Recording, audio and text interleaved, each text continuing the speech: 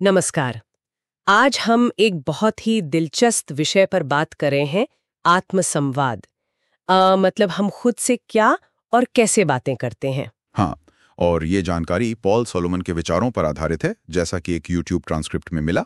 हमारा इरादा है कि हम समझें कि ये जो अंदर की आवाज है, ये है क्या, इसका हम पर असर क्या होता है और सबसे जरूरी, इसे हम ठीक कैसे कर सकते हैं। बिल्कुल, और ये जानना इसलिए जरूरी है क्योंकि हम सब जाने अनजाने ये संवाद लगातार करते रहते हैं। हाँ, और दिलचस्प बात यह है, जैसा स्रोत बताता है, कि ये सिर्फ अकेले में कुछ सोचना या बड़बड़ाना नहीं है। सही कहा।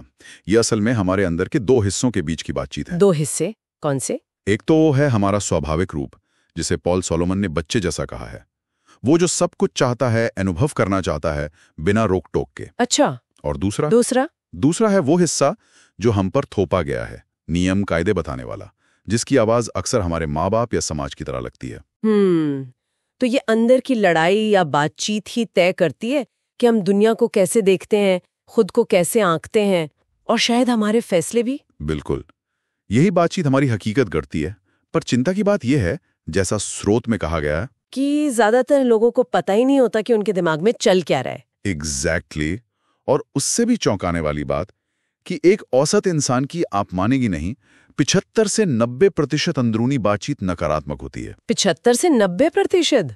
मतलब हम ज्यादातर वक्त खुद की बुराई ही कर रहे होते हैं। आलोचना। हाँ, खुद को कोसना, कमजोर समझना, नुकसान पहुंचाने वाली बातें, ये वाकई सोचने वाली बात है। और ये बातचीत होती किस बारे में है? अक्सर या तो अतीत के पछतावे, काश मैंने वो ना किया होता, वो मेरी गलती थी, या फिर भविष्य की चिंताएं, पता नहीं क्या होगा अगर ऐसा हो गया तो। मतलब हम वर्तमान में तो होते ही नहीं। बहुत कम, वो पल जैसे खो जाता है। और इसका असर सिर्फ हमारे मूड पर ही नहीं होता होगा, है ना?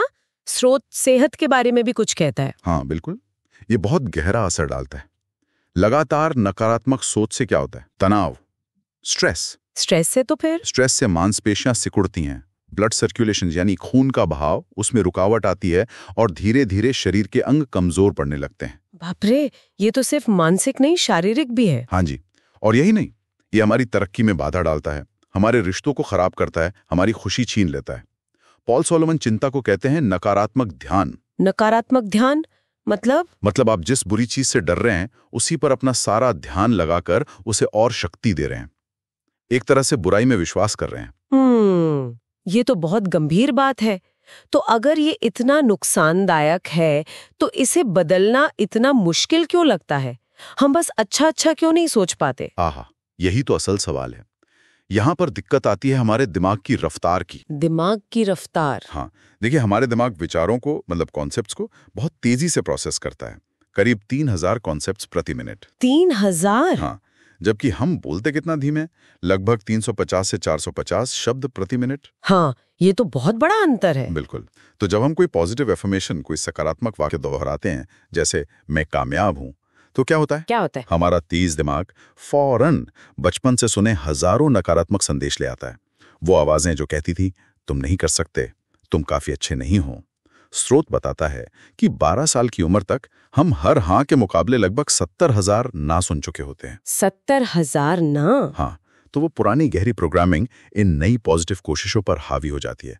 इसीलिए सिर्फ रटने से ज्यादा फायदा नहीं होता। ओह, तो फिर रास्ता क्या है? कोई तरीका है इस पुरानी प्रोग्रामिंग को बदलने का? हाँ बिल्कुल है, और वो रास्ता है बीज विचार का, सीड थॉट्स। बीज विचार, ये क्या है? ये छोटे मगर बहुत शक्तिशाली वाक्य होते हैं।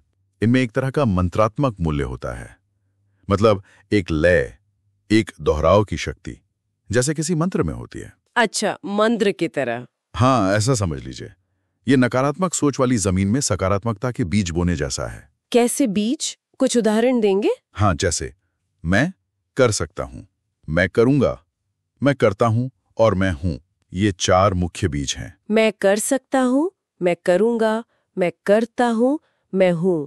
ठीक है, लेकिन इन्हें इस्तेमाल कैसे करना है? सिर्फ दोहराना है? नहीं, सिर्फ दोहराना नहीं, तरीका थोड़ा अलग है। हर बीज विचार के नीचे आपको वो बातें लिखनी हैं जो आपके लिए सच्ची हों। सच्ची हो मतलब मैं कर सकता हूं के नीचे वो सब लिखिए जो आप वाकई में अभी कर सकते हैं, छोटी छोटी चीजें भी।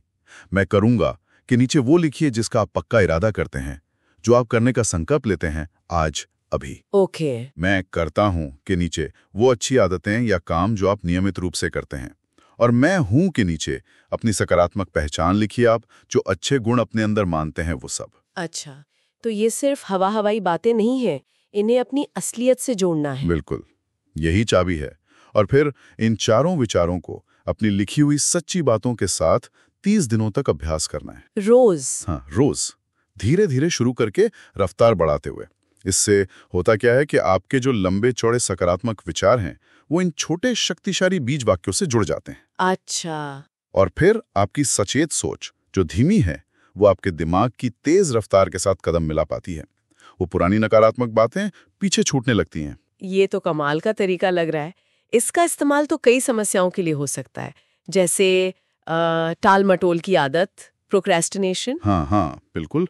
उसके लिए बीज विचार हो सकता है, मुझे जो करना है, जब करना है, मैं करूंगा।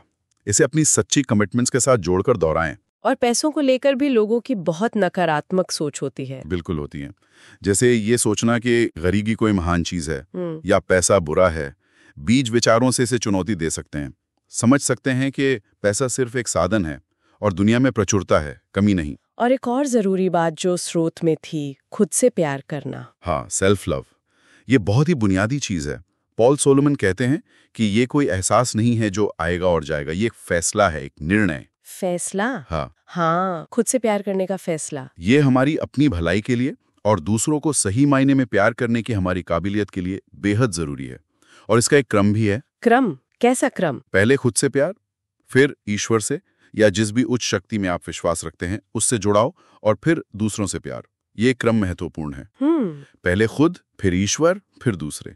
ये अलग सोच है। हाँ, तो कुल मिलाकर बात यह है कि हम अपनी अंदरूनी बातचीत के सिर्फ दर्शक नहीं हैं, हम इसमें एक्टिव पूरी तरह से हिस्सा ले सकते हैं और बीज विचारों जैसे तरीकों से इसे बदल सकते हैं, इसे सकारात्मक बना सकते हैं। सही कहा, हम अपनी अंदरूनी दुनिया के मालिक बन सकते हैं। तो ये थी हमारी आज की चर्चा, आत्मसंवाद और बीज विचारों पर। और जाते जाते हम अपने सुनने वालों के लिए एक सवाल छोड़ जाते हैं।